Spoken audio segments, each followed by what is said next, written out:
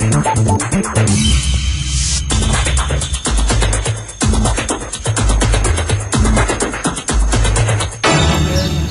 donc je suis l'organisatrice d'un réseau de cabinets maritimes spécialisés dans la saisie de bateaux. Nous tenons notre 10e conférence annuelle. Nous sommes ravis d'être au Maroc, à Marrakech, qui est une ville très exotique et merveilleuse. Et ce congrès est merveilleusement organisé par Maître Ali Zioui et Maître Hakim Lalou. Nous serons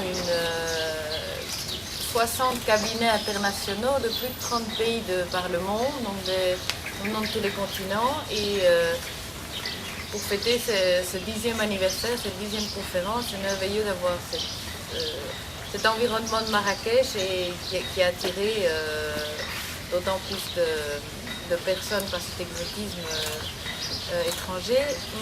C'est une association qui est très utile pour ses membres, parce qu'il y a beaucoup de saisies de bateaux en ce moment, en cette époque de crise, et les contacts sont très importants évidemment. Donc quand on a ici les membres exclusifs, les membres marocains peuvent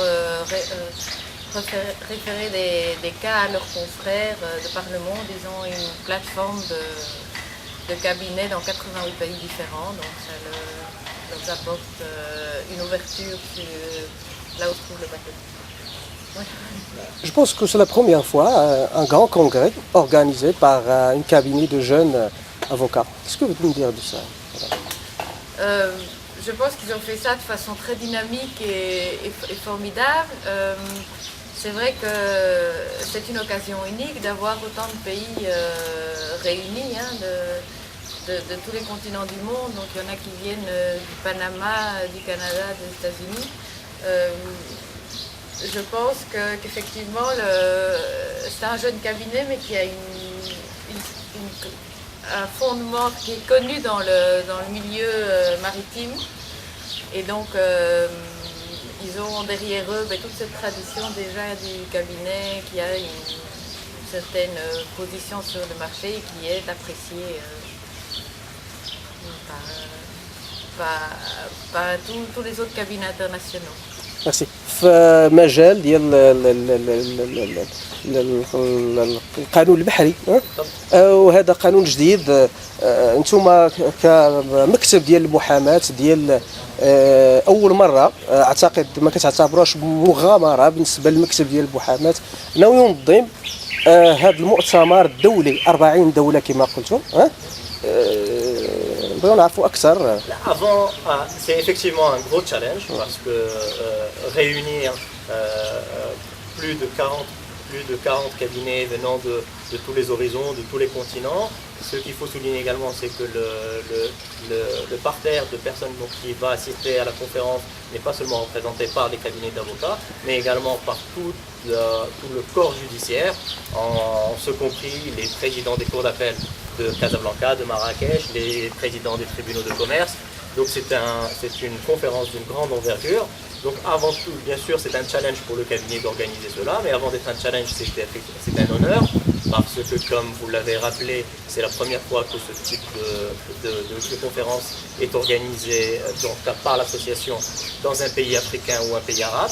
C'est une confiance qui a été placée en nous par l'association Ship Arrested, qui est présidée par Valentine de Calaté. Donc nous avons mobilisé toutes les énergies pour être à la hauteur de cette confiance et pour faire de cette conférence une réussite. Pour le moment, les personnes qui ont répondu présent ont en tout cas confirmé nos espoirs, et donc espérons-le que tout se passe pour le mieux. En tout cas, toutes les conditions se réunissent pour que ce soit une grande réussite et une grande fête pour la profession et pour le corps judiciaire de manière générale. L'objectif de l'association, avant tout, ça met en relation, de par le monde, les cabinets d'avocats qui sont dans le domaine maritime, et plus principalement qui exercent dans le domaine des saisies de navires. Aujourd'hui, la question des saisies de navires présente une actualité très sensible, compte tenu des difficultés que connaît le secteur maritime, et notamment dans notre pays. En témoignent des affaires de Comarit, Comana Ferry. Donc l'objectif aujourd'hui, c'est de permettre à chacun des intervenants d'exposer quels sont les différents quel est l'environnement juridique lié aux saisies de navires dans la juridiction qu'ils représentent. Donc cette conférence donne l'occasion aux différents avocats qui représentent les différents membres de parler du droit des saisies dans leur pays respectif. بالإضافة لما جاء على لسان الأستاذ حكيم حلو، من بين الأهداف اللي احنا سطرناها لهذا المؤتمر وهو بالإضافة للأهداف اللي تأسست عليها الجمعية، وهي توحيد الرؤى ما بين مكاتب المحاماة العالمية في إطار توحيد قواعد حجز السفن البحرية عبر العالم.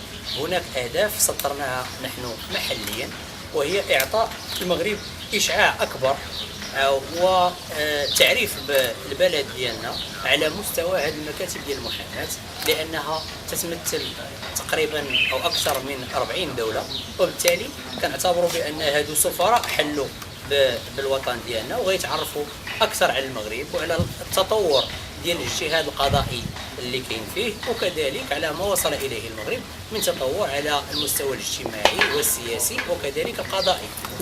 لا سيما وأنه لأول مرة بعد 10 سنوات من تواجد الجمعية لأول مرة يتم إشراك الجهاز القضائي في هذا المؤتمر.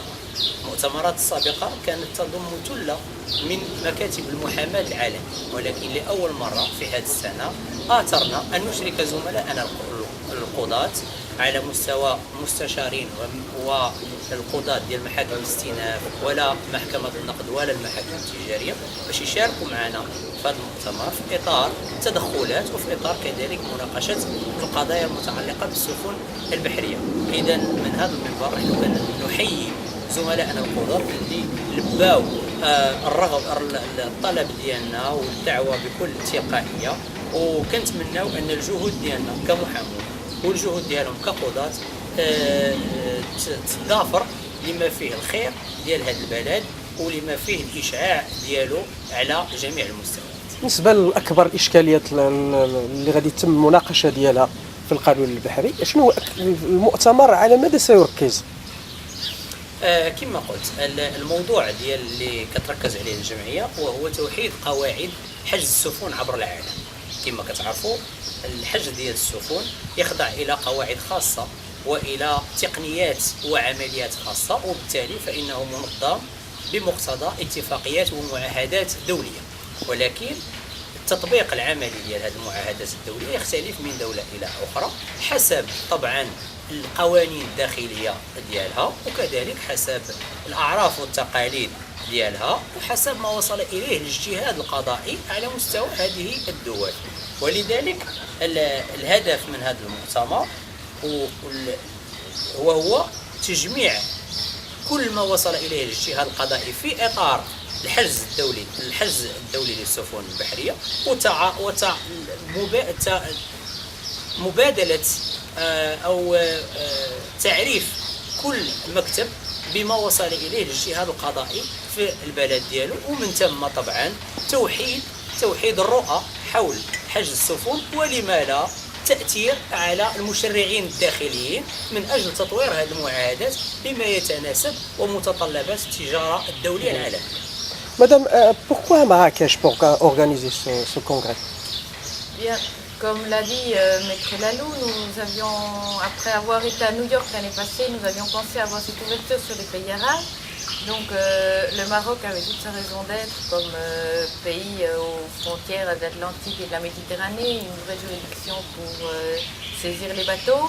Alors bien sûr, pourquoi Marrakech est plus attirant que Casablanca qui aurait pu avoir une raison d'être, ou Agadir ou encore, mais c'est vrai que Marrakech attire, et une fois qu'on vient des quatre coins du monde, on en profite en même temps samedi pour avoir une journée sociale où le networking continue et les avocats continuent à mieux se connaître et profitent un petit peu de ce merveilleux pays.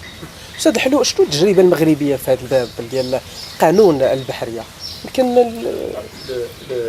Le Maroc et les juridictions marocaines ont une grande expertise et un grand vécu dans le domaine des saisies de navires, comme vient de le rappeler Valentine, de par le positionnement stratégique du Maroc entre la mer Méditerranée et l'océan Atlantique, et la multitude de ports qui se trouvent sur les côtes marocaines, c'est un pays qui a une vocation maritime et une histoire maritime et un important trafic maritime international.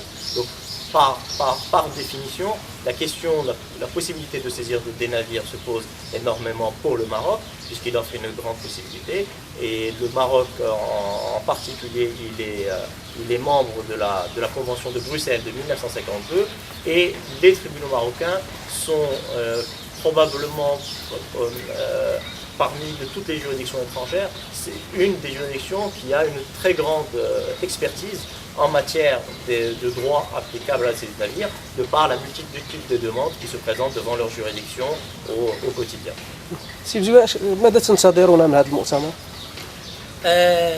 طبعا الانتظارات ديالنا هي كتدخل في اطار الاهداف المسطره ديال الجمعيه، وهي اولا توحيد الرؤى فيما يخص الحج الدولي لحجز السفن البحريه في اطار الدول المشاركه او المنضمه لاتفاقيه بروكسل، وكذلك طبعا انتظارات ديالنا كمكتب وهو اننا نعرفوا بالتجربه المغربيه اكثر بما وصل اليه الاجتهاد القضائي المغربي في اطار تطبيق هذه المعاهدات، وطبعا كذلك نعرفوا بالاستقرار وبالامن اللي تعرفوا المغرب والتطور اللي حقه في السنوات الاخيره على صعيد جميع المستويات.